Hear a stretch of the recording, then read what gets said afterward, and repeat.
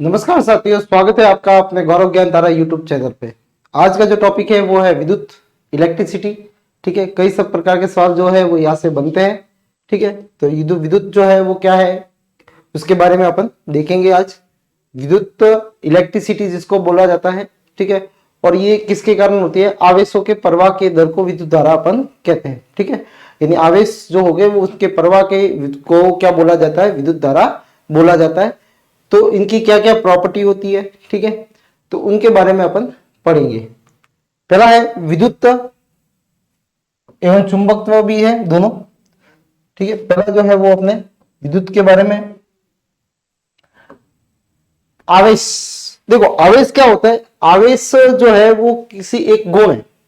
ठीक है, यानी कोई भी अगर पार्टिकल्स जो है उसके ऊपर आवेश उसका क्या होता है? गुण है। जैसे व्यक्ति है तो व्यक्ति कैसा है? ठीक है, तो व्यक्तियों के गुण है। ठीक है, तो उसके लिए पहली बात तो कोई आवेश या इलेक्ट्रॉन या कोई भी पार्टिकल होना जरूरी है। ठीक है, तो पार्टिकल होगा तो उसके ऊपर कोई ना कोई क्या होगा? आवेश होगा। ठीक है, तो आवेश क्या है? तो आवेश गुण है।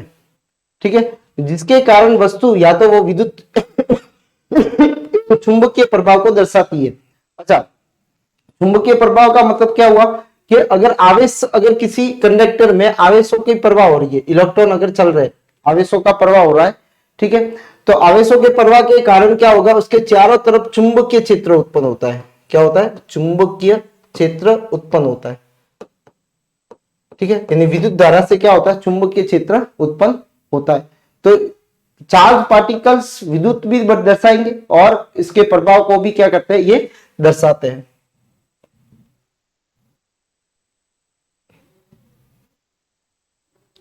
नेक्स्ट है आवेश का जो मात्रक होता है वो होता है कूलाम। क्या होता है? कूलाम जो होता है वो इसका क्या होता है? मात्रक होता है। अन्य मात्रक जैसे एफ कूलाम है, स्टेट कूलाम होता है। और इसको सी के द्वारा क्या किया जाता है? प्रदर्शित किया जाता है। कूलाम एम्पियर एवं सेकेंड, इसकी जो कूलाम बराबर क्या होता है? तो कूलाम बराबर जो होता है वो क्यू बराबर, देखो आई बराबर होता है क्यू अपॉन टी होता है। ठीक है, तो Q बराबर क्या होगा? I इंटू टी होता है। I की वैल्यू जो रहती है वो क्या रहती है? एम्पियर। ठीक है, और into second, ampere into second होगा। ठीक है, Q आवेश है, I विद्युत धारा है, विद्युत धारा का जो मात्रक होता है वो होता है एम्पियर। ठीक है, और T जो है वो क्या है? यहाँ पे सेकेंड है।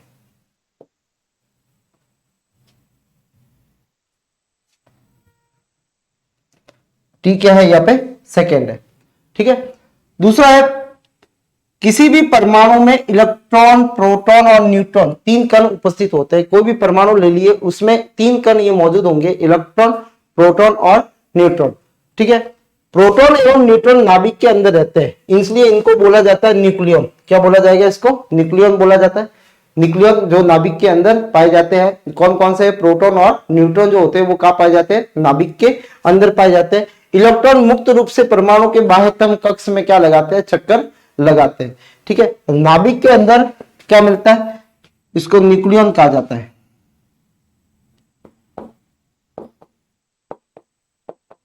न्यूक्लियन। ठीक है, नाभिक के अंदर जो ये दोनों तत्व मिलते हैं उसको न्यूक्लियन कहा जाएगा। इलेक्ट्रॉन, देखो इलेक्ट्रॉन पे आवेश जो होता है वो ऋणात्मक होता है, ऋण आवेशित कण होता है इलेक्ट्रॉन। इलेक्ट्रॉन पे जो आवेश होता है वो कितना होता है? 1.6 into 10 to power 1.6 into 10 to power -19। ठीक है, क्या होता है? कूलाम। और इलेक्ट्रॉन का जो द्रव्यमान होता है वो होता है 9.1 इंटू 10 टू पावर -31। ठीक है, किलोग्राम होता है। इलेक्ट्रॉन की खोज याद रखना जे जे थॉमसन ने की थी। जे जे थॉमसन ने इलेक्ट्रॉन की खोज की थी। ठीक है, इसका जो आवेश जो होता है वो 1.6 होता है। इसका आवेश, प्रोटॉन का आवेश, दोनों का आवेश कैसा होगा? बराबर होता है। ठीक है, ये माइनस में होता है, प्रोटॉन वाला किस में होता है? प्लस में होता है। ऋण आवेशित होता है। ठीक है, द्रव्यमान जो होता है वो 9.8 इंटू 10 टू पावर 31 होता है। जे जे थॉमसन ने इसको डिस्कवर किया था। ठीक है, आवेश क्या है? आवेश एक गुण है जो पदार्थ जिसके ऊपर आवेश होता है वो विद्युत या चुंबकीय प्रभाव को दर्शाते हैं। नेक्स्ट है फोटोन। प्रोटॉन प्रोटॉन को p से करते हैं, ये धनावेशित होते हैं, प्लस वाले हैं, ठीक है। इस पे भी आवेश देखो कितना, उतना का उतना ही है, लेकिन इसका द्रव्यमान जो होता है वो कितना होता है, 1.6 इंटू 10 टू पावर माइनस 27 होता है, 1.67 into 10 to power minus 27 kilogram होता है। इसकी खोज ई गोल्डस्टीन ने की थी, नाम याद रखना। इसकी जगह ये नाम में आता है तो रदरफोर्ड, रदरफोर्ड, अगर ये नाम नहीं दे रखा है तो रदरफोर्ड सही होगा। न्यूट्रॉन जिसको एन से रिप्रेजेंट करते हैं, न्यूट्रॉन की ये उदासीन कण है सॉरी, कैसा ये उदासीन कण होता है, इस पे कोई आवेश नहीं होता। इसकी खोज जेम्स चैडविक ने की थी। किसने की थी? जेम्स चैडविक ने की थी।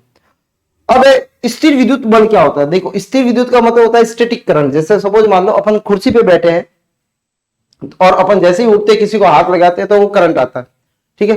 तो ये क्या है, ये बॉडी जो होती है वो कोई भी क्या लगता है उस पर आवेशित हो जाती है। आवेशित हो जाने के बाद में जब अपन बॉडी चार्ज हो जाती है, ठीक है, तो वो कैसे, जैसे कॉम से अपन कॉम करते हैं तो बाल जो होते हैं वो खड़े हो जाते हैं। तो इसका भी कारण क्या है? स्टैटिक करंट होता है। तो करंट दो तरह के हैं, ठीक है। विद्युत धारा जो होती है, इलेक्ट्रिसिटी जो होती है वो दो तरह की होती है, एक तो स्टैटिक होती है, दूसरी होती है करंट वाली होती है, विद्युत धारा वाली, ठीक है। तो स्टैटिक करंट क्या होता है? दो आवेश जो एक दूसरे पे क्या लगाते हैं? बल लगाते हैं, ठीक है। इसे स्थिर विद्युत बल कहा जाता है। सामान्यतः आवेश एक दूसरे को प्रतिकर्षित करते हैं, जो समान होंगे वो एक दूसरे को प्रतिकर्षित करते हैं, प्रतिकर्षित, ठीक है। और विपरीत जो होते हैं वो एक दूसरे को क्या करते हैं? आकर्षित करते हैं। दो स्थिर आवेशों के मध्य लगने वाले बल को स्थिर विद्युत बल या आवेशों के गुणनफल के बराबर होता है या समानुपाती होता है, ठीक है। तो जैसे बल जो लगता है वो कौन से किसके समानुपाती होगा? Q1 एवं Q2 के बराबर होगा, समानुपाती होगा, ठीक है। दूसरा, इनके बीच की जो दूरी होगी, ठीक है, उसके क्या होगा? व्युत्क्रमानुपाती होता है। कैसा होता है? व्युत्क्रमान, दूरी के वर्ग के व्युत्क्रमानुपाती होता है। ये आपको पहले भी बताया था, ठीक है। तो यहां पे क्या हो जाएगा? बराबर होगा के एक नियतांक होता है, ठीक है, और आ जाएगा आर स्क्वायर के, ठीक है। तो ये चलता है, उनके बीच की दूरी के वर्ग के व्युत्क्रमानुपाती होता है, ठीक है। इसे कूलाम का नियम भी कहते हैं। इसी को क्या बोलते हैं अपन? कूलाम का नियम कहते हैं, ठीक है। तो आवेशों के गुणनफल के समानुपाती है, उनके बीच की दूरी के क्या है? वर्ग के। जैसे सपोज मान लो एक आवेश इधर है, ये Q1 है, ये Q2 है, बीच की दूरी जो है वो कितनी है? R है, ठीक है। तो Q1 Q2 के गुणनफल होगा, उनके बीच की जो दूरी होती है उसके वर्ग के क्या होता है? समानुपाती होता है। K क्या है? समानुपाती का निशान रखते हैं तो क्या आता है? K कांस्टेंट आता है, ठीक है। और ये बात आपको मैंने पहले भी बता दी है।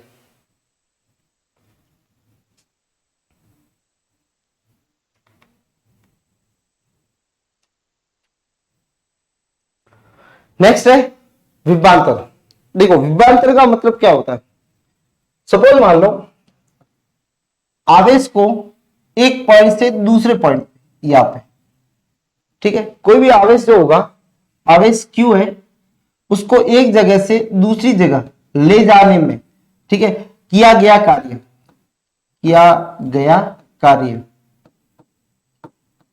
ठीक है, जो किया गया कार्य है, ठीक है, जो कार्य कर रहे हैं किसको? आवेशों को एक बिंदु A से लगाकर B तक ले जाने में जितना कार्य होगा वो उसका क्या कहलाता है? विभवांतर कहलाता है, ठीक है। क्योंकि यहाँ पे विभव अलग है, यहाँ पे विभव अलग है, ठीक है। तो हमेशा विभव जो होगा वो निम्न विभव से उच्च विभव की तरफ क्या करते हैं? मूव करते हैं, ठीक है। तो यहाँ पे क्या, एकांक आवेश को विद्युत क्षेत्र में एक बिंदु से दूसरी बिंदु तक ले जाने में किया गया कार्य जो होगा वो क्या कहलाता है? उसका विभवांतर कहलाता है। यानी V को नोटेट करते हैं, विभवांतर को करते हैं V से, ठीक है।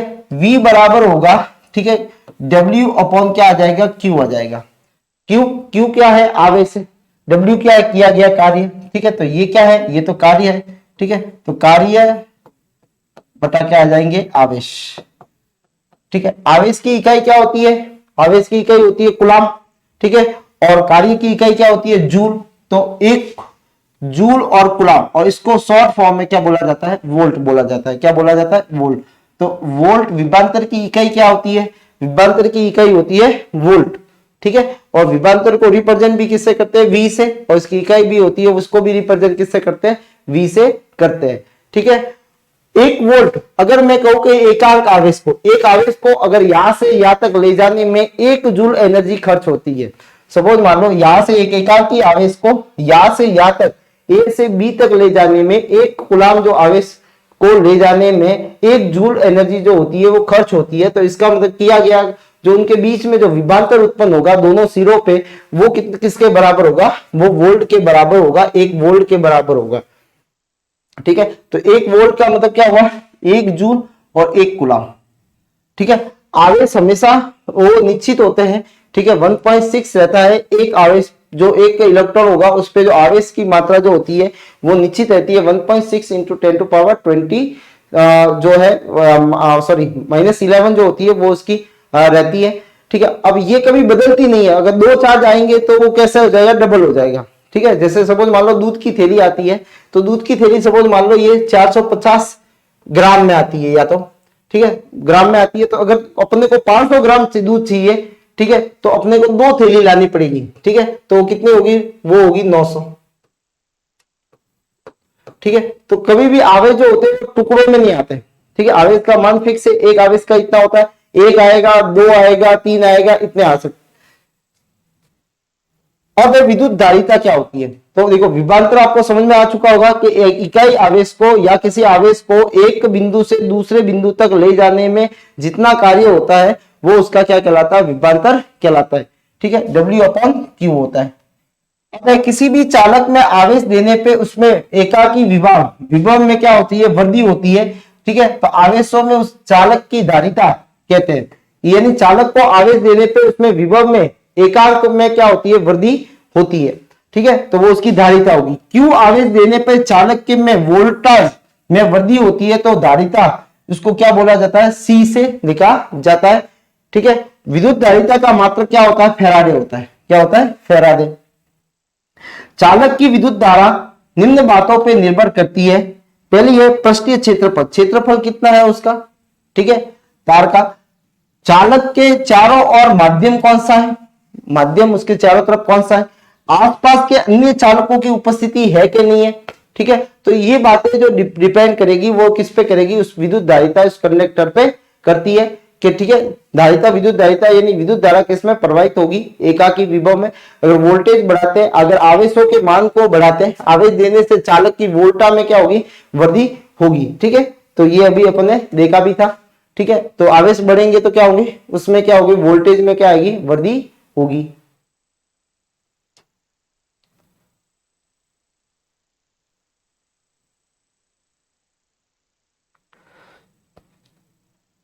नेक्स्ट है विद्युत धारिता। देखो आवेशों के प्रवाह की दर को विद्युत धारा बोलते हैं। जैसे सपोज मान लो इलेक्ट्रॉन है, इलेक्ट्रॉन मूव करेंगे। ठीक है, ये किसी बिंदु ए से बी की तरफ क्या करते हैं, मूव कर रहे हैं। ठीक है, विद्युत धारा की डायरेक्शन जो होती है वो हमेशा ये माइनस होता है और ये चलता है किसकी तरफ, प्लस की तरफ, कौन, इलेक्ट्रॉन। ठीक है, लेकिन विद्युत धारा जो होगी वो चलेगी प्लस से माइनस की तरफ। ठीक है, विपरीत दिशा में विद्युत धारा जो होती है वो चलती है विपरीत दिशा में, प्लस से माइनस की तरफ। इस बात को ध्यान जरूर रखना। ठीक है, यानी विद्युत धारा की जो डायरेक्शन होती है वो इलेक्ट्रॉन के प्रवाह के विपरीत दिशा में होती है। ठीक है, विद्युत धारा किसे बोलेंगे, आवेशों के प्रवाह की दर को या किसी चालक तार के अनुप्रस्थ काट के क्षेत्रफल में प्रति सेकंड प्रवाहित होने वाले आवेश कितने हैं। ठीक है, 1 सेकंड में कितने आवेश जो होंगे वो प्रवाहित होंगे, इसको दर्शाया जाता है आई से। ठीक है, और आई बराबर होता है, वो होता है Q/T। आई बराबर क्या होता है, Q/T। आवेश पर सेकंड में कितने एक बिंदु से कितने आवेश गुजर रहे हैं, 1 सेकंड में, प्रति सेकंड में कितने आवेश गुजर रहे हैं, वो उसमें विद्युत धारा उत्पन्न जो होगी वो किसके बराबर होगी, आई के बराबर होती है। तो आई बराबर क्या होता है, Q/T होता है। Q क्या है, Q प्रवाहित होने वाले आवेश है, और आई टी क्या है, समय, कितना समय लग रहा है, और आई जो है वो क्या है, विद्युत धारा होती है। इसका मात्रक जो होता है वो एम्पियर में होता है। ऐसे देखेंगे तो इसमें क्या हुआ, कूलाम। ठीक है, अपॉन क्या होगी, सेकंड। तो कूलाम अपॉन सेकंड किसके बराबर होता है, एम्पियर के बराबर होता है। इसको ए से लिखा जाता है। ठीक है, विमा भी है इसकी। ठीक है, और दूसरी चीज जो होती है वो इसके अंदर एक एम्पियर में 10⁶ माइक्रो एम्पियर होते हैं, माइक्रो एम्पियर होते हैं। ठीक है, तो 10⁶ क्या होते हैं? माइक्रो एम्पियर, इसको बोलेंगे अपन माइक्रो एम्पियर। ठीक है, एक में कितने होते हैं? 10⁻⁻6 माइक्रो एम्पियर होते हैं। विद्युत धारा की दिशा, धारा की दिशा इलेक्ट्रॉन के किसे होती है? विपरीत दिशा में होती है, ये याद रखना है। विद्युत धारा हमेशा प्लस से माइनस की तरफ चलती है। ठीक है, क्योंकि यहाँ पे देखो, यहाँ पे जो पहले डेफिनेशन दी थी वो इससे दी थी, इलेक्ट्रॉन से, लेकिन बाद में जब पता लगा कि भाई विद्युत धारा की दिशा जो होती है वो प्लस से माइनस की तरफ चलती है, यानी यहां से ये चलेगा तो इधर रहेगा प्लस, ठीक है, इधर आया तो इधर रहेगा प्लस। ठीक है, तो इलेक्ट्रॉन की दिशा जो होती है वो माइनस से प्लस की तरफ होती है, लेकिन विद्युत धारा की दिशा वो कैसी होती है? प्लस से माइनस की तरफ रहती है। परिणामी मैग्नीट्यूड एवं दिशा होते हुए भी विद्युत धारा कैसी है? अदिश राशि है। कैसी राशि है? विद्युत धारा अदिश राशि है, क्योंकि इसमें सदिशों के योग्य नियम पालना नहीं करता है, क्योंकि ये कोई भी सदिशों जैसे नियम पालना नहीं करता है। इलेक्ट्रॉन आवेश जो होता है वो कितना होता है? अभी बताया था 1.6 इंटू 10⁻⁻19 कूलम होता है। क्यू बराबर होता है, ठीक है, इसको क्यू बड़ा भी लिख सकते हैं अपन, क्यू बराबर होता है एन। एन जो है वो क्या है? इलेक्ट्रॉन की संख्या है, और ई जो है वो कितना? आवेश है। आवेश कितना लेना अपने को? 1 अगर सपोज मान लो 1 कूलम आवेश के अंदर कितने इलेक्ट्रॉन होंगे, तो अपन इससे अपन पता लगा सकते हैं कि उसमें वहां पे कितने इलेक्ट्रॉन होंगे। तो आपको क्यू बराबर लिखना है, क्यू बराबर एन ई होता है। एन जो है वो नंबर ऑफ इलेक्ट्रॉन है, ई जो है वो इलेक्ट्रॉन पे आवेश कितना है वो है, और क्यू जो है वो एक कितना है? कूलम है। ठीक है, तो यहाँ पे जो है वो एक आवेश का जो मान जो होगा वो कितना होता है? 1.6 इंटू 10⁻⁻19 जो होता है वो किसका होता है? एक कूलम आवेश जो होता है, ठीक है, एक इलेक्ट्रॉन पे आवेश जो होता है उसका मान जो होता है वो कितना होता है? 1.6 इंटू 10⁻⁻19 होता है। आवेशों के प्रवाह की दर को क्या बोलते हैं? विद्युत धारा कहते हैं। ठीक है, आई बराबर होता है क्यू अपॉन टी, कितने समय में कितने आवेश जो होते हैं वहां से प्रवाहित होते हैं किसी बिंदु से। ठीक है, इसका इकाई जो होता है वो होता है एम्पियर।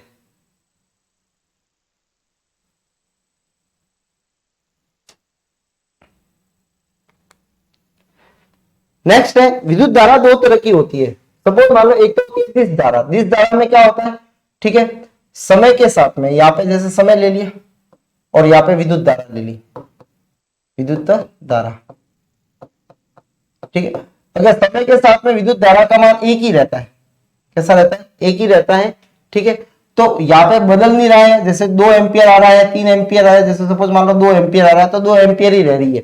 ठीक है, तो बदल नहीं रही है। समय के साथ में धारा का मान जो रह रहा है वो नहीं बदलता, उसे बोलते हैं अपन कौन सी? दिश धारा, डायरेक्ट करंट बोलते हैं। ठीक है, क्या बोलेंगे इसको? डायरेक्ट करंट बोलते हैं।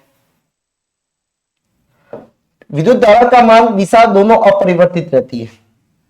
ठीक है, विद्युत धारा की यहाँ पे कोई दिशा नहीं बदलती। सेल है, सेल जो आते हैं वो फिक्स, उसमें अमाउंट के अंदर उतनी ही अपने को क्या मिलती है? विद्युत धारा मिलती है। बैटरी है आदि, ये डायरेक्ट करंट है। जैसे मोबाइल का चार्जर आता है तो वो भी क्या है कि दिश धारा वाला है। ठीक है, उतनी ही अमाउंट के अंदर मोबाइल में इलेक्ट्रिसिटी आएगी। ठीक है, उससे वो उसमें कौन सी आती है? मोबाइल चार्जिंग में। मोबाइल चार्जिंग में भी कौन सी है? दिश धारा होती है।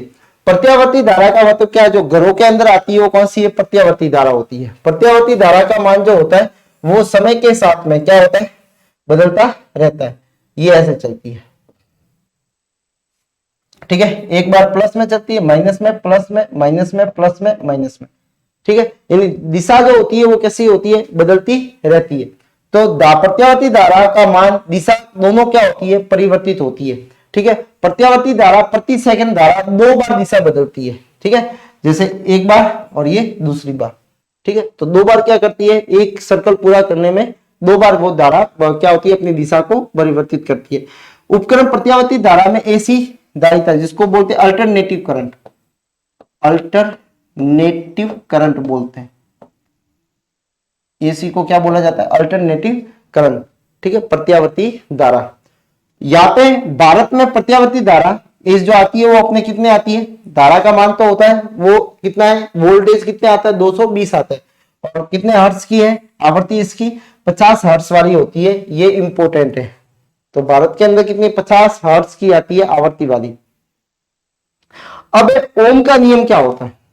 देखो ओम एक वैज्ञानिक था, फिजिसिस्ट था, भौतिक वैज्ञानिक था, ठीक है। इन्होंने क्या बताया कि अगर सपोज मान लो किसी कंडक्टर की, चालक की, अगर अपन भौतिक अवस्थाओं को क्या कर सकते हैं, नियत रखते हैं, क्या रखते हैं, नियत रखते हैं, तब उसमें उत्पन्न विभवांतर, ठीक है, वी जो होता है उनके सिरों पे उत्पन्न विभवांतर, सिरों पे उत्पन्न विभवांतर जो होगा, ठीक है, यहां से और यहां के बीच में जो सिरों पे उत्पन्न विभवांतर जो होगा वो चालक में प्रवाहित विद्युत धारा के समानुपाती होता है। यानी V जो होगा वो समानुपाती किसके होगा, I के होगा, ठीक है।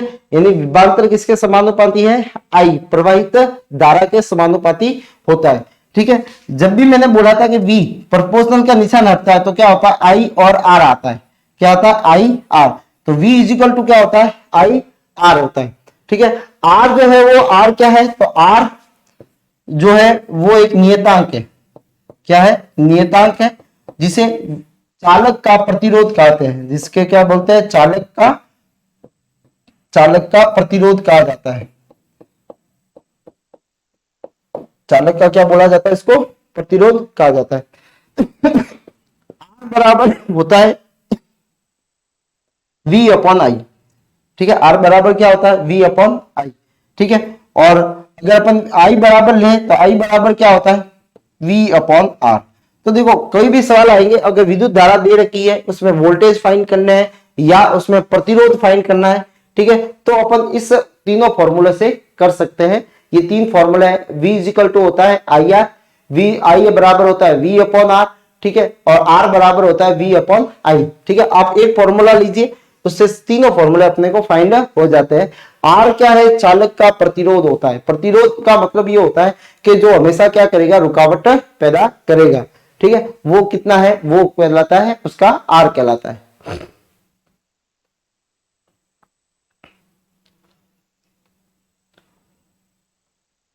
तो यदि किसी चालक की भौतिक अवस्था का मतलब ये हुआ कि जो नॉर्मल लेंथ का तार लेना है, किसी चालक का प्रतिरोध अगर ज्ञात करना है तो नॉर्मल वायर का क्या लेना है अपने को, लंबाई का, उसकी मोटाई नॉर्मल होनी चाहिए, रूम टेम्परेचर पे वो प्रयोग होना चाहिए।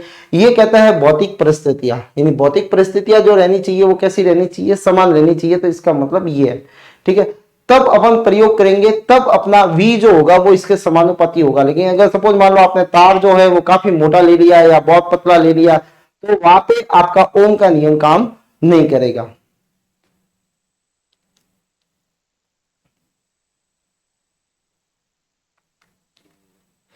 अगर सपोज मान लो अपन एक ग्राफ खींचते हैं, किसके बीच में, I और V के बीच में, ठीक है, तो ग्राफ जो होता है वो सीधी रेखा प्राप्त होती है, और सीधी रेखा जो ढलान जो होता है वो कहलाता है, इसका R कहलाता है। क्या कहलाता है, R कहलाता है।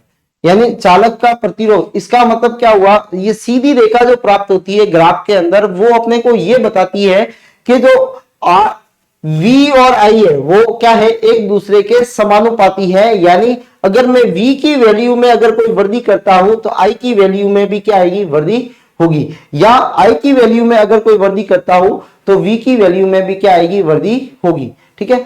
तो ये सीधी रेखा ये बताता है कि इसमें अगर वृद्धि करते हैं तो इसमें भी क्या होगी, वृद्धि होगी, ठीक है। ग्राफ का ढलान जो होता है वो किसको बताता है वो बताता है प्रतिरोध को।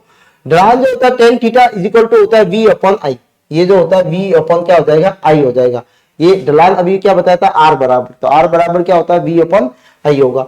ओम के नियम सार्वभौमिक नहीं होता, अभी बताया था, ठीक है, क्योंकि ओम का नियम अर्धचालकों में, डिष्टकारी में, गैसों में, विद्युत अपघटय वाले में लागू नहीं होता है, ठीक है, ये इनमें लागू नहीं होता, क्योंकि उनमें क्या होगा, वो परिवर्तित भौतिक अवस्था जो होती है वो सबकी अलग अलग होती है, भौतिक गुणधर्म, तो इसके कारण क्या होगा कि ये ओम का नियम पालना नहीं करेगा, ठीक है। अब नेक्स्ट जो है वो सवाल आते हैं, वो आते हैं प्रतिरोध से। प्रतिरोध को लिखा जाता है R से, और इसका मात्रक जो होता है वो होता है ओम, ठीक है, और ओम को लिखा जाता है ऐसे, ये इसका मात्रक होता है। तो जहां पे भी आपको ये सिंबल नजर आता है, समझ जाना कि वो क्या दे रखा है, अपने को प्रतिरोध दे रखा है। पदार्थ का वह गुण जिसके कारण उसमें प्रवाहित विद्युत धारा विरोध करे। देखो प्रतिरोध, प्रतिरोध का मतलब भी यही है कि विरोध करना, क्या करना, विरोध करना। किसमें विरोध करना, जो विद्युत धारा बह रही है उसका क्या करना, विरोध करना। तो विरोध क्या होगा कि जो प्रतिरोध जितना ज्यादा होगा उसमें धारा का प्रभाव या वोल्टेज जो होंगे, उसके विभवांतर जो होंगे वो उतने ही क्या होंगे, क्या जो धारा का मान जो होगा वो उतना ही क्या होगा, कम होगा। ठीक है, तो R बराबर क्या होता है, V अपॉन I होता है। R बराबर क्या होता है, V अपॉन I होता है। इसका मात्रक ओम है और इसको इस तरह से लिखा जाता है, या वोल्ट अपॉन क्या होता है, एम्पियर होता है। वोल्ट अपॉन क्या होता है, एम्पियर होता है।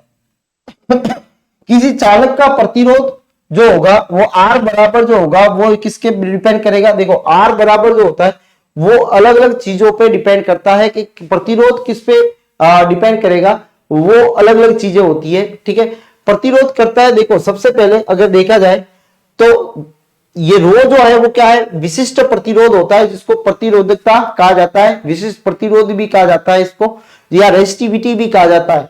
ठीक है, तो ये स्पेसिफिक रेजिस्टेंस है, इसको क्या बोला जाता है, विशिष्ट प्रतिरोध कहा जाता है। रो को क्या बोला जाता है, विशिष्ट प्रतिरोध कहा जाता है। और रो बराबर होता है, वो होता है अपने R A अपॉन क्या होता है, L होता है।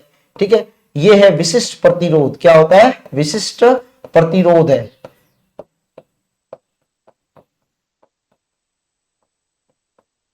ठीक है, क्या है ये, विशिष्ट प्रतिरोध है।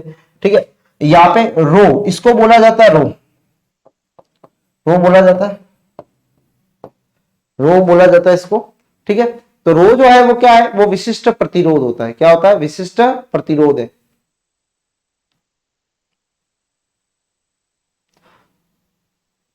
विद्युत धारा में उत्पन्न जो है, क्या बोलते हैं उसको, अवरोध को क्या बोला जाएगा, प्रतिरोध कहा जाएगा। देखो सीधी सी प्रतिरोध किस पे डिपेंड करेगा, प्रतिरोध किस पे डिपेंड करेगा, अगर ये सिंपल सी बात है। जैसे देखो पहला है, सपोज मान लो रोड कैसा है, यहां से अगर ये यहां तक, पहली चीज तो पहला करता है पदार्थ पे निर्भर। पदार्थ पे निर्भर का मतलब ये हुआ कि जैसे सपोज मान लो मैं करंट हूं और मैं किसी रोड पे चल रहा हूं। ठीक है, तो रोड कैसा है डिपेंड करेगा, वो पहली चीज तो रोड पे डिपेंड करेगा कि रोड कैसा है, यानी पदार्थ कैसा है। ठीक है, आप अगर लोहा लेते हो, ठीक है, तो वहां पे करंट की सप्लाई अलग होगी। आप अगर एल्यूमिनियम लेते हो तो वहां पे अलग होगी, कॉपर लेते हो तो वहां पे अलग होगी, चांदी लेते हो तो वहां पे अलग होगी। यानी तीनों की प्रतिरोधकता में क्या होता है, बदलाव आता है। ठीक है, यानी ये तीनों पदार्थ जो है वो है तो धातु है, लेकिन तीनों के गुण कैसे अलग अलग है। यानी सीधी बात है कि पहली चीज डिपेंड किस पे करेगी, अगर आप गाड़ी चला रहे हो, यानी गाड़ी क्या हुई, विद्युत धारा हुई, तो आप पहली चीज डिपेंड किस पे करेगी कि रोड कैसा है। ठीक है, यानी पहली चीज यहाँ पे रोड का मतलब वो पदार्थ की प्रकृति कैसी है। सपोज मान लो एक ये है और दूसरा जो है वो ये है, दोनों अगर देखो तो दोनों की पाइप जो है वो दोनों सेम है। ठीक है, अब सपोज मान लो यहां से आवेश जा रहे हैं और यहां पे आ रहे हैं। ठीक है, तो यहां पे आप देखोगे कि जितने आवेश यहां पे अगर जा रहे हैं तो उसने के उतने यहां पे जल्दी कौन से आएंगे, तो जल्दी किस में आएंगे, इसमें आएंगे। ठीक है, यानी आर जो है वो ज्यादा किस में, इसमें ज्यादा है। आर जो है वो किस में, इसको ए मान लेते हैं, इसको बी मान लेते हैं, तो आर जो ज्यादा होगा वो किस में होगा, ए के अंदर जो होगा वो आर जो होगा वो कैसा होगा, ज्यादा होगा, और बी के अंदर क्या होगा, कम होगा।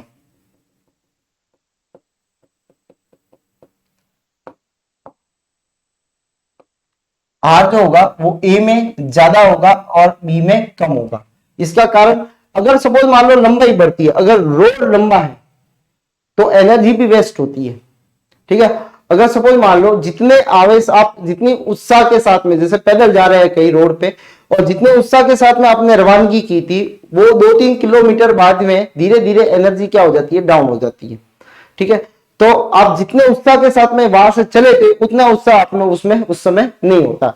ठीक है, तो वापस आप कोई ना कोई चाय पानी नाश्ता वगैरह करते हो तो वापस थोड़ी सी एनर्जी आती है और वापस चलने लगते हो। तो वही बात है, लंबाई बढ़ती है तो प्रतिरोध बढ़ेगा, लंबाई बढ़ती है तो प्रतिरोध बढ़ता है, लंबाई के साथ समानुपाती होता है। यानी आर जो होता है वो समानुपाती होता है किसके, एल के।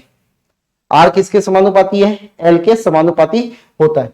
दूसरा होता है अनुप्रस्थ काट के क्षेत्रफल पे। सपोज मान लो आर जो होता है वो समानुपाती होता है किसके, अनुप्रस्थ काट के क्षेत्रफल के व्युत्क्रमानुपाती होता है। कैसा होता है ये, व्युत्क्रमानुपाती होता है।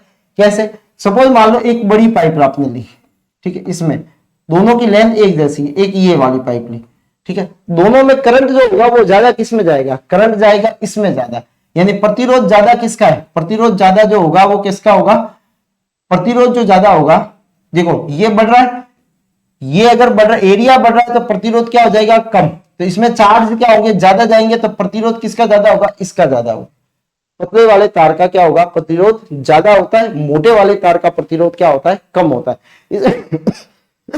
इसलिए जो बड़ी बड़ी मशीनें लगती है उनको चलाने के लिए आपने देखा होगा कि उनके तार कैसे होते हैं, मोटे होते हैं, ताकि प्रतिरोध को कम किया जा सके। प्रतिरोध कम होगा तो विद्युत धारा ज्यादा से ज्यादा क्या होगी, उसमें प्रवाहित होगी। ठीक है, तो इसका प्रतिरोध कैसा है, प्रतिरोध कम है। ठीक है, और मोटे वायर का प्रतिरोध क्या है, ज्यादा है। ठीक है, तो अब दोनों अपने पास में आ गए। ठीक है, ताप में वृद्धि के साथ में चालक का प्रतिरोध भी बढ़ता है। तो देखो आर बराबर अपने पास में क्या आ गए, आर बराबर, आर समानुपाती है एल के, और आर समानुपाती है किसके, 1/a के।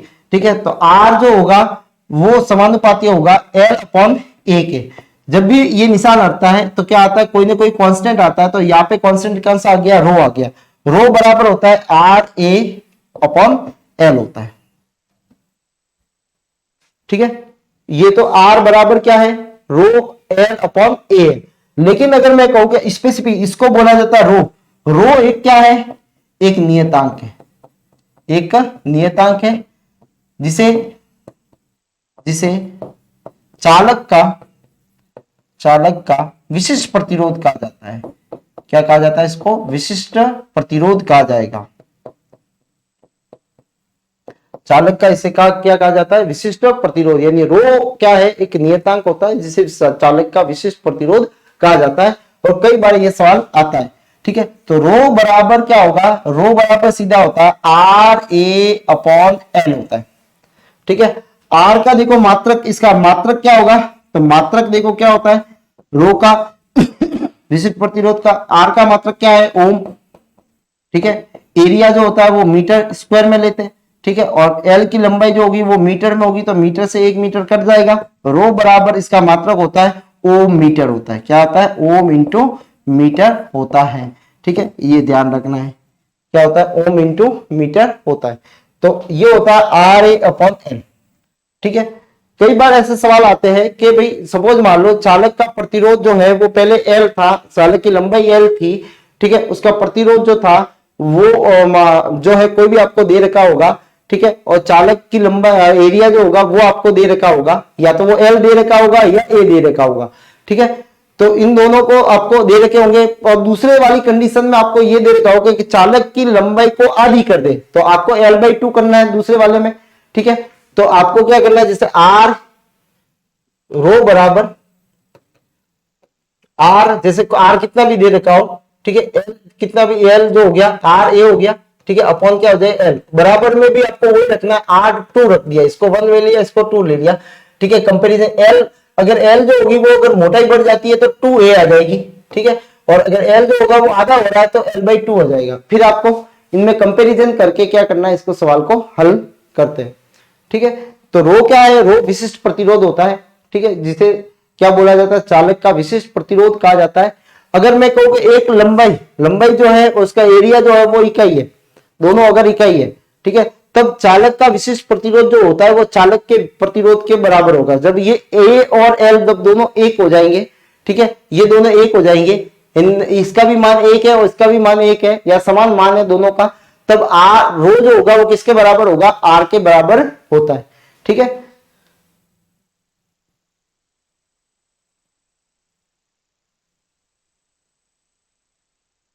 लंबाई बढ़ती है तो प्रतिरोध बढ़ेगा। ठीक है, एरिया बढ़ता है तो प्रतिरोध कम होगा।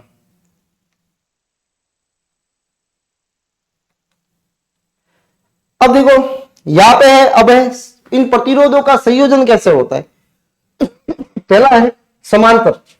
ठीक है, तो समांतर में क्या होता है, समांतर में इस तरह से प्रतिरोध को लिखा जाता है। ये 3 प्रतिरोध यहां पे मैंने बनाए।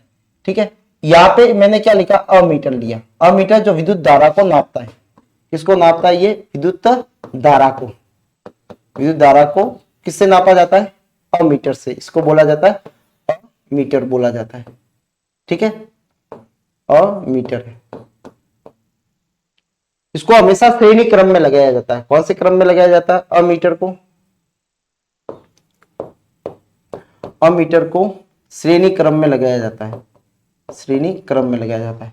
ठीक है, ये अपन ने बैटरी लगा दी, ठीक है, और यहां से ये परिपथ हो गया। अब इसमें क्या होगा कि देखो धारा का मान जो होगा वो तो समान रहेगा, तो आई का मान जो रहता है वो समान रहता है, समान। ठीक है, बट V जो होता है वो अलग अलग होता है, अलग अलग। V क्या है? अलग अलग होगा। I जो होगा वो कैसा होगा? समान होगा। I इसमें समान जाता है। सपोज मान लो ये R1 है, ये R2 है और ये R3 है। ये तीन प्रतिरोध श्रेणी क्रम में लगे हुए हैं, सीरीज फॉर्म में लगे हुए। कौन सी फॉर्म चल रही है? सीरीज। ठीक है, जिसको बोलेंगे अपन श्रेणी क्रम, श्रेणी क्रम करते हैं। ठीक है, इसका वोल्टेज जो होगा वो होगा इसका V1, इसका कितना होगा? V2 होगा, इसका कितना होगा? V3 होगा। तो देखो अपने पास में अगर देखें तो तीन प्रतिरोध है जिनको अपन ने श्रेणी क्रम में जोड़ रखा है। ठीक है, और अमीटर बता दिया है, वोल्ट मीटर इसके लिए अलग होगा, वोल्ट इसके लिए अलग होगा। तो आपको ये चीज याद रखनी है, श्रेणी क्रम के अंदर अलग चीज क्या होती है? तो समान तो क्या रहता है? करंट। अब करंट रहेगा तो वो कैसा रहेगा? ये पाइप है, ये भी पाइप है, ये भी पाइप है। ठीक है, अब देखो करंट तो जाएगा वो समान अमाउंट में जाएगा, लेकिन वोल्टेज कैसे इसके अलग अलग है, वोल्टेज कैसे इसके अलग अलग है। अब देखो सपोज मान लो एक ट्यूबलाइट लगी हुई है, एक पंखा लगा हुआ है, एक और को भी मशीन लगी हुई है, जैसे आटे की चक्की लगी हुई है, तो आप देखोगे कि तीनों में वोल्टेज कैसे अलग अलग जाएंगे। ठीक है, करंट की मात्रा तो एक ही जाएगी, लेकिन वोल्टेज कैसे जाएंगे? अलग अलग जाएंगे। तो यहाँ पे क्या होगा कि V बराबर क्या होता है? V बराबर मान लेते हैं V1 प्लस V2 और प्लस V3 मान लेते हैं। ठीक है, V1 बराबर क्या होगा? इन तीनों को प्लस कर देंगे। अपन को पता है कि V बराबर क्या होता है? IR होता है। क्या होता है? IR। तो V1 बराबर क्या होगा? IR1। V2 बराबर क्या होगा? IR2 और V3 इज इक्वल टू क्या होगा? IR3 होगा। ठीक है, ये 2 होगा, ये 3 हो जाएगा। ठीक है, इनका मान यहां पे रख दे तो क्या हो जाएगा? V1 V is equal to होगा IR1 plus IR2 plus IR3 हो गया। ठीक है, तीनों में कॉमन क्या आ रहा है? I कॉमन आ रहा है। ठीक है, तो क्या हो जाएगा? I बराबर VR1 plus R2 plus R3 हो गया। ठीक है, V। नेक्स्ट देखो V अपॉन क्या आ जाएगा? I बराबर क्या हो जाएगा? R1 plus R2 plus R3 आ गया। ठीक है, इसकी वैल्यू R बराबर होता है V अपॉन I होता है। R बराबर क्या होता है? V अपॉन I होता है। तो यहाँ पे क्या आ गया? R, तो क्या आ जाएगा? R1 plus R2 plus R3। ठीक है, ये तीनों ऐसे कॉम्बाइन हो जाएंगे। ठीक है, तो सपोज मान लो यहाँ पे 2 ओम लगे हुए हैं, यहाँ पे 4 ओम है। ठीक है, और यहाँ पे भी 4 ओम लगे हुए हैं। ठीक है, तो आपको पूछे कि परिपथ में कुल कितना होगा, तो कितना होगा? 2 प्लस 4 प्लस 4। ठीक है, 8 और कितना हो गया? 10 ओम हो गया। कितना हो गया? तो R बराबर, अगर श्रेणी क्रम में दे रखा है तो सीधा आपने को क्या करना है? जोड़ना है। ठीक है, तो ये था श्रेणी क्रम में। तो श्रेणी क्रम में अलग क्या होता है? अलग होता है वोल्टेज। करंट समान क्या रहता है? करंट।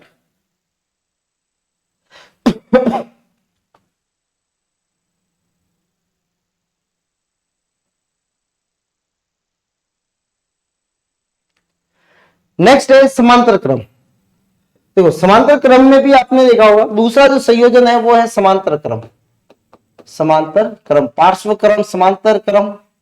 ठीक है, या इसको बोलेंगे अपन पैरेलल फॉर्म।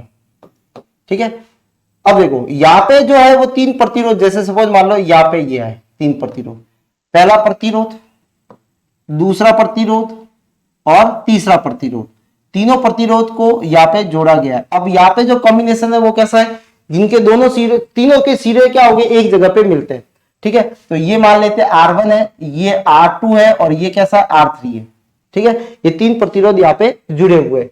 ठीक है, अब यहाँ पे वही अमीटर लगाया, अमीटर हमेशा श्रेणी क्रम में लगता है। ठीक है, और वोल्ट मीटर हमेशा किस में लगा? तो इनका वोल्ट क्या होगा? एक ही होगा। लेकिन इसमें धारा का मान देखो, धारा आई इधर आई तो आई जो होगी वो 3 भागों में बढ़ जाएगी। आई क्या है? नदी है, नदी में चल रहा है पानी, तो पानी जो है वो आई है। ठीक है, आई जो है वो 3 भागों में बढ़ जाएगी। अगर नदी के 3 भाग हो गए तो कुछ पानी इसमें जाएगा, कुछ इसमें जाएगा, कुछ उसमें जाएगा। लेकिन उधर कैसा था, उधर तीनों एक साथ में लगे हुए थे, सीरीज में लगे हुए थे, तो एक के बाद में दूसरे में, दूसरे के बाद में तीसरे में, तो उतने अमाउंट में जाता है। या आई का मान अलग हो जाता है, I1 हो जाएगा, I2 हो जाएगा, और इसमें कितना हो जाएगा, I3 हो जाएगा। ठीक है, यहाँ पे कैसा हो जाएगा, I3 हो जाएगा। ठीक है, वोल्टेज जो रहेगा वो एक ही रहेगा।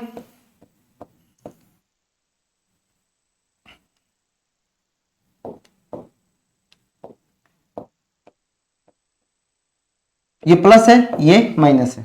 ठीक है, वोल्ट मीटर हमेशा सीरीज क्रम, समांतर क्रम में लगता है। ये वोल्ट मीटर विभवांतर को नापता है। ठीक है, वोल्ट मीटर है ये, किसको नापता है, विभवांतर को, विभवांतर को नापता है, मापन करता है। ठीक है, और दूसरी चीज जो होती है, इसको हमेशा किस क्रम में लगाते हैं, श्रेणी क्रम में लगाते हैं, सॉरी समांतर क्रम में। किसमें लगाते हैं, ये समांतर क्रम में लगाते हैं, समांतर क्रम में जोड़ा जाता है।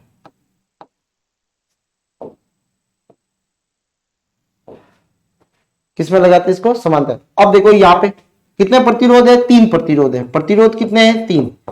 प्रतिरोध कितने हैं, R1 plus R2 plus R3 है। 3 प्रतिरोध अपने पास में लगे हुए। ठीक है, प्लस नहीं आएगा, R1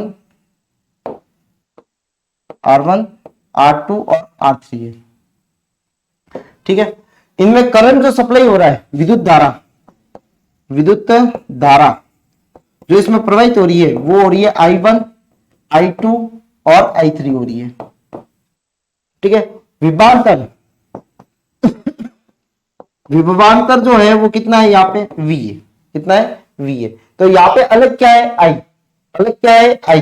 तो I बराबर क्या होगा, I1 plus I2 plus I3 होगा। ठीक है, तो यहाँ पे I1 बराबर क्या होगा, I1 बराबर होता है V/R1। ठीक है, I2 बराबर जो होगा वो क्या होगा, I2 बराबर होगा V/R2, और I3 बराबर क्या होगा, V/R3 होगा। क्या होगा, R3 होगा। ठीक है, इसकी वैल्यू यहाँ पे रख दो। ठीक है, I बराबर क्या होगा, V/R1 plus V/R2 plus V/R3 हो गया। ठीक है, तीनों में कॉमन क्या आया, V कॉमन आया।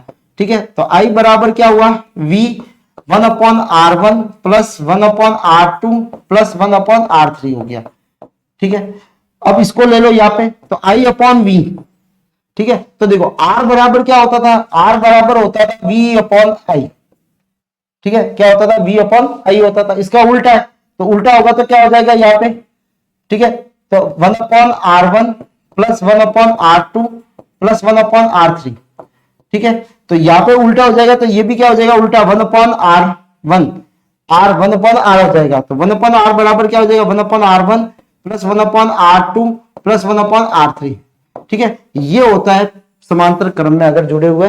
तो वहां पे प्रतिरोध फाइंड करना है, तो अपने को 1/R1 plus 1/R2 plus 1/R3 करना पड़ेगा। और लास्ट में जब भी फाइंड करो तो इसको उल्टा कर देना, तो वहां पे संख्या भी क्या हो जाएगी, उल्टी हो जाएगी।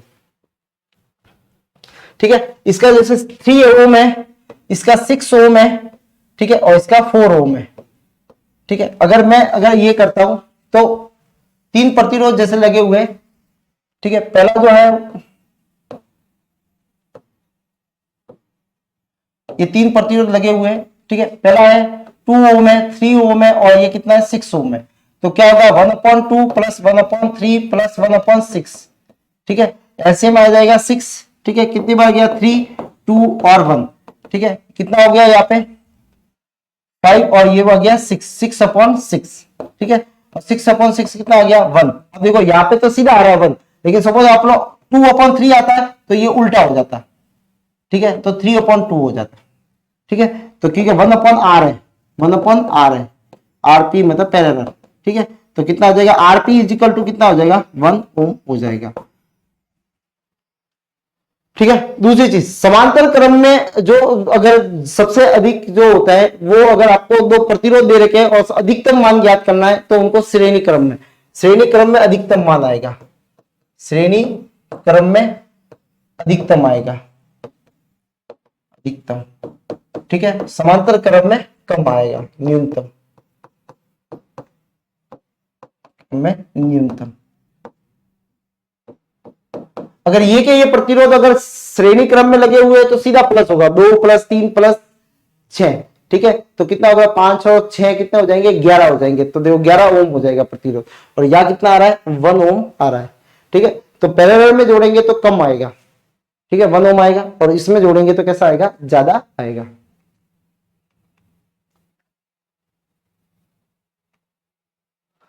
देखो समांतर क्रम अभी बता दिया, ये समांतर क्रम में क्या होगा, धारा का मान अलग अलग, धारा का मान अलग अलग,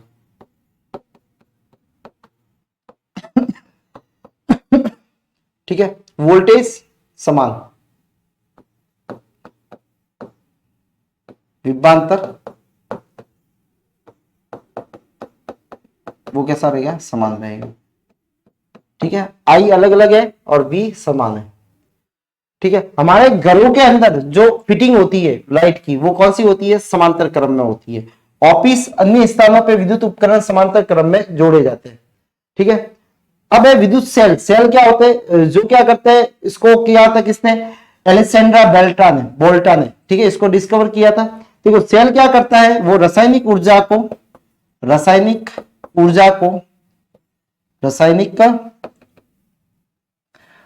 को किसमें बदलता है, विद्युत ऊर्जा में बदलता है, उनको बोला जाता है सेल, ठीक है, रासायनिक पदार्थ होते हैं, ठीक है। प्राथमिक सेल क्या होते हैं, जिनको एक बार उपयोग में ले लिया बाद में उपयोग में नहीं ले सकते, ठीक है, अनुत्क्रमणीय होते हैं, वो प्राथमिक सेल होते हैं। सेल रासायनिक ऊर्जा को विद्युत ऊर्जा में बदलते हैं, ठीक है।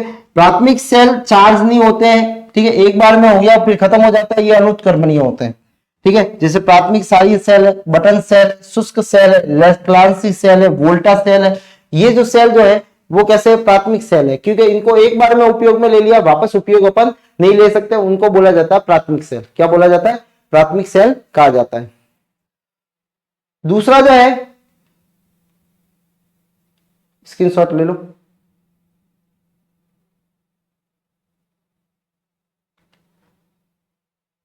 इसका भी ले लो,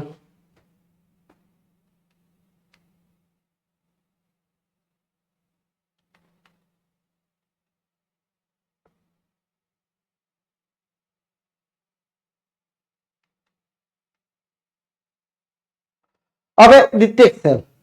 देखो द्वितीयक सेल जिसको सेकेंडरी सेल बोला जाता है, द्वितीयक सेल विद्युत ऊर्जा को रासायनिक ऊर्जा में बदला, पहले तो इसको विद्युत ऊर्जा को रासायनिक ऊर्जा में बदलता है, फिर वापस रासायनिक ऊर्जा को वापस किस में बदला जाता है, विद्युत ऊर्जा में बदला जाता है, ठीक है। यानी ये चार्ज हो रहे हैं, आपने विद्युत दी उसको, वो चार्ज हो गया, रासायनिक वापस बन गए, ठीक है, वापस रासायनिक से वापस अपन ने क्या ले ली, यानी ये कैसे होते हैं उत्क्रमणीय, कैसे है उत्क्रमणीय, ठीक है, क्योंकि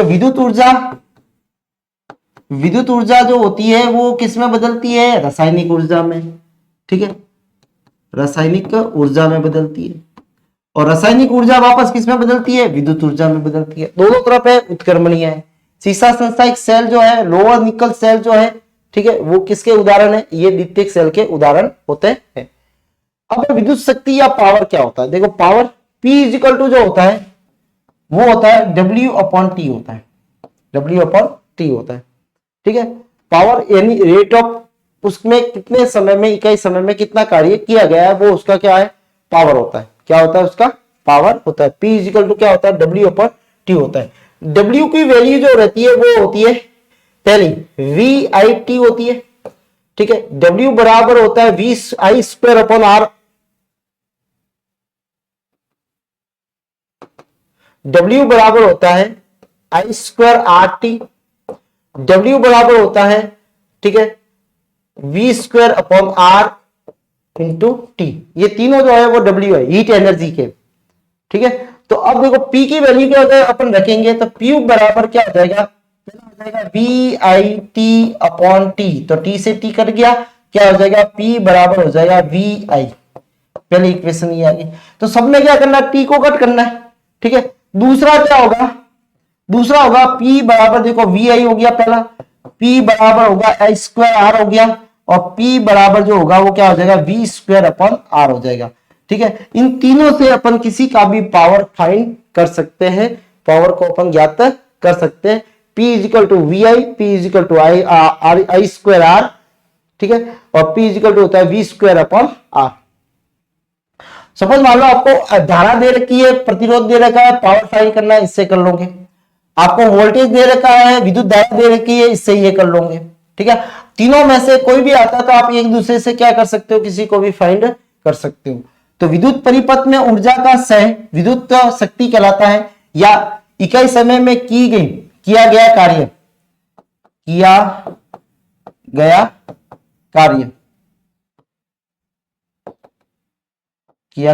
कार्य की दर।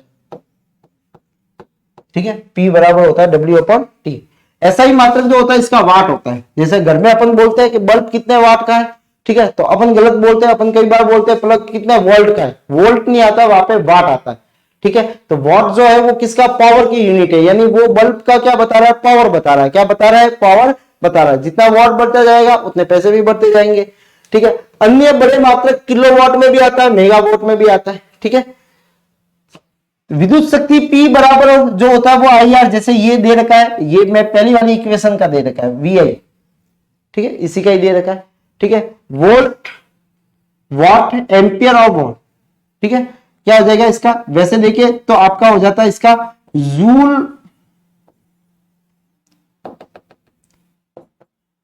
P बराबर मात्रक जो होगा वो क्या होगा, जूल अपॉन सेकेंड होता है।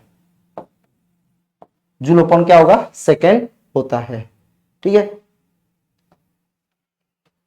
और जूल अपॉन सेकेंड किसके बराबर हुआ, P बराबर वॉट, W से इसको लिखा जाता है। ठीक है, विद्युत खर्च एक यूनिट जो होती है, घर के अंदर जो यूनिट होती है वो कमर्शियल यूनिट होती है, तो वहां पे W बराबर क्या हो जाएगा, P इंटू टी हो जाएगा। देखो P बराबर होता है W अपॉन टी होता है। P बराबर क्या होता है, W अपॉन टी होता है। W बराबर क्या हो जाएगा, P इंटू टी। P क्या आ गया, वॉट, लेकिन अपने मात्रक जो रहता है वो किस में रहता है, किलो वाट में रहता है, तो KW लिखा इसकी जगह, इंटू समय के लिए क्या लिखा, आवर्स लिखा, तो क्या आता है KWH आता है, वो बराबर होता है एक यूनिट के बराबर होता है। तो घर के अंदर जो एक यूनिट खर्च होती है वो किस में रहती है, KWH में रहती है। किस में रहती है, KWH में रहती है। ठीक है, तो आपको पूछे कि जो घर के अंदर जो यूनिट खर्च होती है उसकी इकाई क्या होती है, तो वहां पे क्या होती है, किलो वाट्स आवर्स होती है। ठीक है, यहाँ पे होता कार्य है, कमर्शियल यू है, वही है, W है।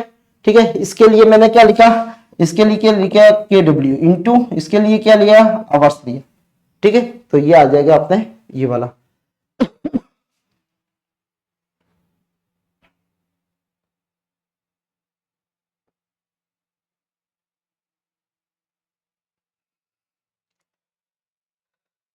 यूनिट जो होती है वो किलोवाट घंटा होती है। ठीक है, KWH होता है। शक्ति का वाट इंटू समय अभी बताया था। ठीक है, अपन समय जो होता है वो हो जाएगा क्या, वाट। P बराबर होता है W अपॉन टी, तो W बराबर क्या हो जाएगा, P इंटू क्या हो जाएगा, T हो जाएगा। ठीक है, इसको कर दो कट। KWH, एक KWH में कितनी होती है, तो देखो एक KWH में कितने जूल होते हैं। ठीक है, तो कितने जूल होते हैं, तो यहाँ पे देखो K का कितने उसमें वाट होते हैं, 1000 इंटू एक घंटे में कितनी सेकंड होती है, मिनट कितनी होती है, 60, एक मिनट में कितनी सेकंड। ठीक है, तो कितना हो गया, 36 इंटू 1 2 3 4 5 10 टू पावर 5, लेकिन इसको ऐसे भी लिखते हैं 3.6 इंटू 10 टू पावर 6, क्या आ जाएगा, जूल आ जाएगा। ठीक है, और ये कई बार पूछा गया है, 1 KWH में कितने जूल ऊर्जा होती है, तो कितनी होती है, 3.6 इंटू 10 टू पावर 6 जो होती है वो क्या होती है, उसकी ऊर्जा होती है।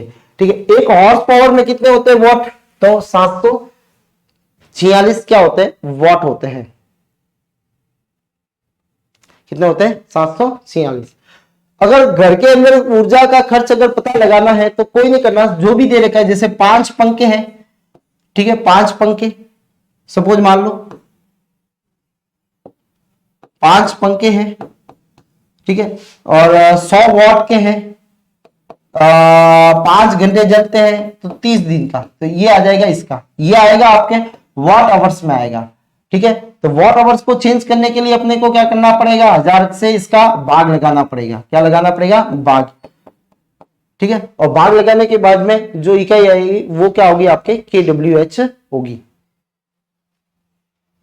अब विद्युत धारा का प्रभाव, डायनामो, डायनामो जनरेटर, जनरेटर जो काम करता है वो किस पे करता है, ये विद्युत ऊर्जा को, यांत्रिक ऊर्जा को किस में बदलता है, ये विद्युत ऊर्जा में बदलता है। यांत्रिक ऊर्जा को किस में बदलता है, ये विद्युत ऊर्जा में बदलता है, विद्युत ऊर्जा में बदलता है।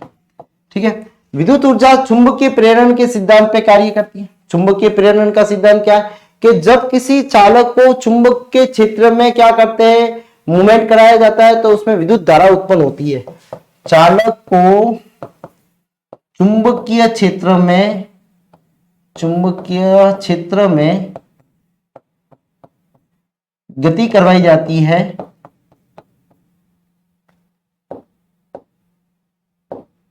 गति करवाने पर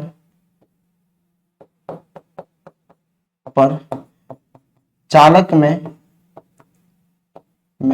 विद्युत धारा उत्पन्न होती है, विद्युत धारा उत्पन्न होती है, इसलिए इसको प्रेरक विद्युत धारा भी कहा जाता है। ठीक है, प्रेरण, इंड्यूस करंट। ठीक है, जनरेटर इसी पे काम करता है। जनरेटर में क्या करते हैं, डायनामो जो होता है, जनरेटर होता है, उसके अंदर क्या होता है, कंडक्टर को उस मैग्नेट के बीच में रोटेट करवाया जाता है, तो डीजल डालते हैं तो वो रोटेट करता है और जिससे विद्युत धारा क्या होती है, उत्पन्न होती है। तो चुंबकीय से विद्युत उत्पन्न का निर्माण जो होता है, देखो माइक्रोफोन के अंदर विद्युत चुंबकीय प्रेरण के सिद्धांत पे काम करता है माइक्रोफोन। लाउड स्पीकर भी विद्युत चुंबकीय में तरंगों के रूप में विद्युत को ध्वनि तरंगों के अंदर ये बदलता है। ठीक है, विद्युत मोटर है, चुंबकीय क्षेत्र द्वारा किसी चालक में उत्पन्न गति के सिद्धांत पे कार्य करती है। ठीक है, विद्युत मोटर में क्या होगा, वहां पे विद्युत धारा को किस में बदला जाएगा, यांत्रिक ऊर्जा के अंदर बदला जाता है, विद्युत को यांत्रिक ऊर्जा में बदला जाता है, किसके अंदर, मोटर में। मोटर चालू करेंगे, ठीक है, तो वहां पे क्या होता है, मोटर घूमती है, तो इलेक्ट्रिसिटी से क्या होती है, यांत्रिक ऊर्जा में बदला जाता है। तो वहां पे भी काम किसको लिया जाता है, मैग्नेट को। नेक्स्ट है विद्युत धारा का ऊष्मीय प्रभाव। देखो ऊष्मीय प्रभाव, अगर सपोज मान लो टीवी जो है वो टीवी 2 घंटे अगर चलती है तो और 4 घंटे चले तो और गर्म हो जाएगी। बल्ब जो है वो भी क्या हो जाता है, गर्म हो जाता है। फैन भी है तो वो कुछ टाइम तक चलेगा तो क्या हो जाएगा, गर्म हो जाएगा। ठीक है, तो विद्युत धारा का क्या होता है, ये है heating effect, heating effect of electric current, heating effect of electric current, heating effect of electric current, electric current. ठीक है, यानी कोई भी अगर सीधी सी बात है लंबे समय तक, तो इसका होता है कि H से लिखा जाता है हीटिंग इफेक्ट को। H इज इक्वल टू क्या होता है, इसका होता है I²RT। प्रतिरोध ज्यादा है, धारा का मान ज्यादा है, तो हीटिंग इफेक्ट भी क्या होगा, ज्यादा होगा। H इज इक्वल टू होता है, वो होता है VIT, VIT। ठीक है, H इज इक्वल टू जो होता है वो होता है V²/R × T होता है। ठीक है, ये तीनों जो है वो क्या है, H। चालक में ओवन है, आयरन है, ठीक है, ये टोस्टर है, ये सारे किस पे काम करते हैं, जो निमंजन जो रॉड आती है वो है, ठीक है, पानी गर्म करने की। तो ये सारी जो होती है वो हीटर है, वो सब किस पे काम करते हैं, इसी उसमें सिद्धांत पे काम करते हैं। ठीक है, तो चालक के तार में विद्युत धारा में प्रतिरोध के कारण तार क्या हो जाते हैं, गर्म हो जाते हैं। ठीक है, आवेशों के आपस में टकराव के कारण ऊष्मीय प्रभाव कहते हैं इसको। क्या बोला जाता है इसको, ऊष्मीय प्रभाव कहा जाता है। ऊष्मीय प्रभाव पे आधारित जैसे सबसे पहला तो है वो क्या है, विद्युत हीटर है, प्रेस है, बल्ब है, ट्यूबलाइट है। हीटर के तार किससे बने हुए होते हैं, नाइक्रोम के बने हुए होते हैं, जो पिघलते नहीं है, उसका गलनांक क्या होता है, उच्च होता है, उच्च प्रतिरोध उच्च गलनांक, पिघलते नहीं है। ठीक है, विद्युत प्रेस में अभ्रक का काम लिया जाता है। आपने देखा होगा प्रेस के बीच में जो फिलामेंट होता है उनके बीच में क्या लगाई जाती है, अभ्रक लगाई जाती है। अभ्रक क्या होती है, विद्युत की तो कुचालक होती है, परंतु उष्मा की कैसी होती है, सुचालक होती है, इसलिए वो गर्म होती है। ट्यूबलाइट में, फ्लोरोसेंट लाइट में, CFC में, कॉम्पैक्ट फ्लोरोसेंट लाइट में, इसमें अक्रिय गैस आर्गन को या पारे के साथ में कुछ भरा जाता है। ठीक है, दोनों के सिरों पे बेरियम ऑक्साइड के तंतु लगाए जाते हैं जिससे ये हीटिंग करते हैं। जैसे ट्यूबलाइट में, ट्यूबलाइट की दीवारों पे प्रतिदीपशील एक पदार्थ चढ़ाया जाता है, लेप चढ़ाया जाता है, जो विद्युत धारा जब भी इसमें बहती है तो इलेक्ट्रॉन ट्यूबलाइट की में भरी गैस से आयनित होकर उससे टकराती है और क्या करती है, लाइटिंग करती है। ठीक है, विद्युत उत्सर्जन में से पराबैंगनी किरणों उत्पन्न होती है जो प्रतिदीप्त पदार्थ पे पड़ती है और वह जिससे क्या होता है, वो चमक उत्पन्न करता है। कौन सी लाइट होती है, पराबैंगनी किरणें होती है जो अंदर टकराती है और जिससे क्या होती है, लाइटिंग प्रोड्यूस होती है। तो ये है हीटिंग इफेक्ट के आधारित जो है इंस्ट्रूमेंट है। ठीक है, हीटर में जो तार होता है वो नाइक्रोम का बना हुआ होता है, उसका प्रतिरोध और गलनांक कैसा होता है, उच्च होता है। ठीक है, उसके बाद में अभ्रक जो होता है वो क्या होती है, विद्युत की तो कुचालक होती है, लेकिन उष्मा की कैसी होती है, वो सुचालक होती है। अक्रिय गैस आर्गन भरी जाती है पारे के साथ में।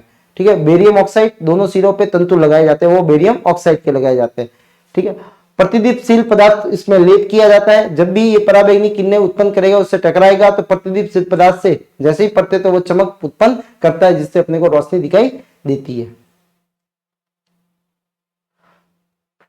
ट्यूबलाइट जो है वो 36 वोल्ट पे प्रकाश तेज देती है। बल्ब के तंतु जो होता है से 7 से 8 गुना ज्यादा देती है, इसलिए बल्ब की जगह अपने को ट्यूबलाइट या CFL जो होती है उनको उपयोग में लेना चाहिए। बल्ब के अंदर टंगस्टन का फिलामेंट होता है जिसका प्रतिरोध भी और गलनांक दोनों ही क्या होते हैं, उच्च होते हैं। ठीक है, नीली लौ का तापमान, जो नीली लौ का तापमान ज्यादा होता है जबकि पीली लौ का क्या होता है, तापमान कम होता है।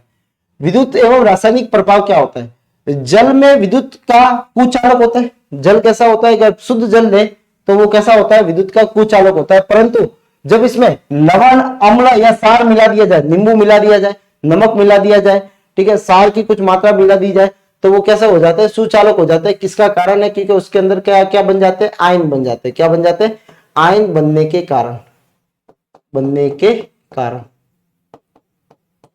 कैसा हो जाता है, वो सुचालक हो जाता है। ये तो आपको जब बताया था अम्ल और सार के अंदर, तब भी आपको बताया था। ऐसे गोल को विद्युत धारा गुजार सकती है जो विद्युत अपघटय कहलाता है। ध्यान रखना, जिसमें विद्युत ऐसा विलयन जिसके अंदर विद्युत धारा प्रवाहित हो सकती है वो विद्युत अपघटय कहलाता है। इस गोल में विद्युत धारा प्रवाहित की जा सकती है। विलयन में धनात्मक और ऋणात्मक आयनों का में अपघटन हो जाता है, टूट जाते हैं। विलयन क्या होता है, जिसके अंदर आयन होते हैं, आयन बन जाते हैं। ठीक है, जिसमें विद्युत धारा का रासायनिक प्रभाव बताता है। ठीक है, वही रासायनिक प्रभाव का मतलब ये रसायनों के कारण विद्युत धारा का उत्पन्न होना। विद्युत धारा में प्रवेश के लिए एनोड तथा बाहर निकलने पे कैसे निकलती है, कैथोड से निकलती है। विद्युत धारा हमेशा प्लस से माइनस की तरफ चलती है, प्लस टू माइनस की तरफ। विद्युत धारा की दिशा कैसी होती है, प्लस टू माइनस की। इलेक्ट्रॉन की दिशा कैसी होती है, माइनस टू प्लस की तरफ। अब देखो, विद्युत धारा के रासायनिक प्रभाव के अनुप्रयोग विद्युत लेपन में, कलाई करने में। इस प्रक्रिया में धातु की पतली परत को दूसरी धातु पे चढ़ाई जाती है, वो भी इससे कराई जाती है, इलेक्ट्रोलाइसिस जिसे बोला जाता है। विद्युत परत उसे कैथोड पे रखा जाता है। देखो, जिसपे धातु की परत चढ़ानी है उसको तो रखा जाता है कैथोड पे। ठीक है, जिस धातु की परत चढ़ानी है उसे रखा जाता है क्या, एनोड पे। तो देखो, दो होता है,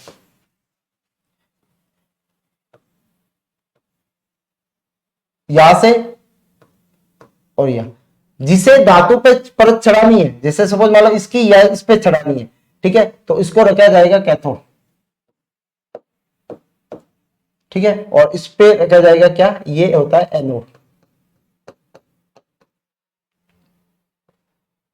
ठीक है, दोनों में क्या होगा, ये प्लस का होता है, ये माइनस का होता है।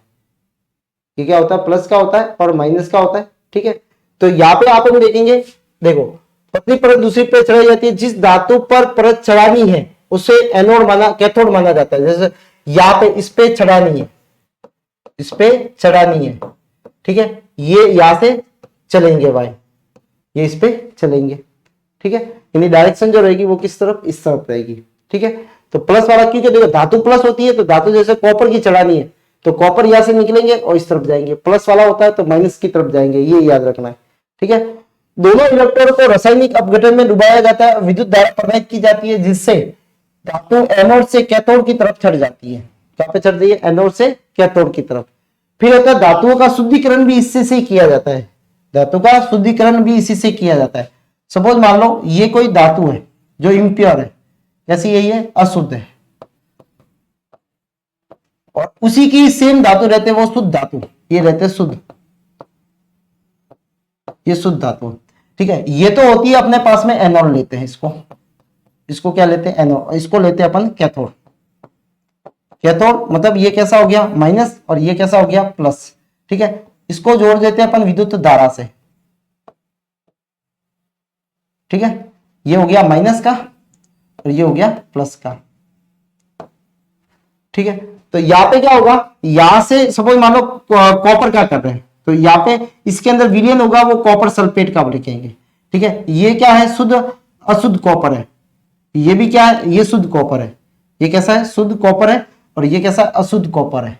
ठीक है, तो यहां से ये कॉपर चलेंगे और आयन जो होंगे वो यहाँ जमा हो जाएंगे, तो धीरे धीरे इसके ऊपर क्या हो जाएंगे, ये जमा हो जाएंगे। तो यहाँ पे ये कॉपर जो होगा वो इसके ऊपर जमा हो जाएगा। कहां से निकल के, यहां से निकल के इसके ऊपर जमा हो जाएगा।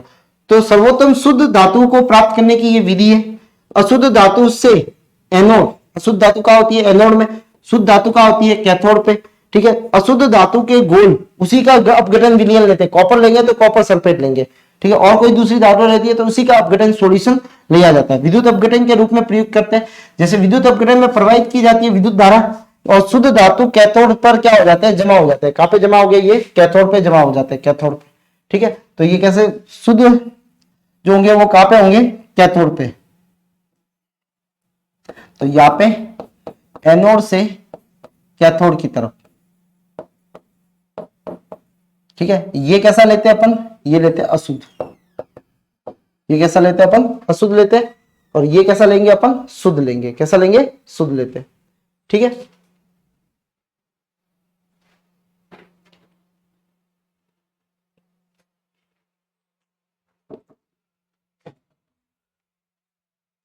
तो आज की क्लास के अंदर इतना ही। ठीक है, आपका दिन शुभ हो, धन्यवाद। ठीक है, और रीड के लिए आपको बेस्ट ऑफ लक सबको। ठीक है, आराम से इसको देखना सारी स्लाइड को, तो आपको सारी चीजें, आपको क्वेश्चन यही से मिलेंगे। ठीक है, और जो भी जानकारी है वो आपको टेलीग्राम चैनल पे दे दी जाएगी। धन्यवाद।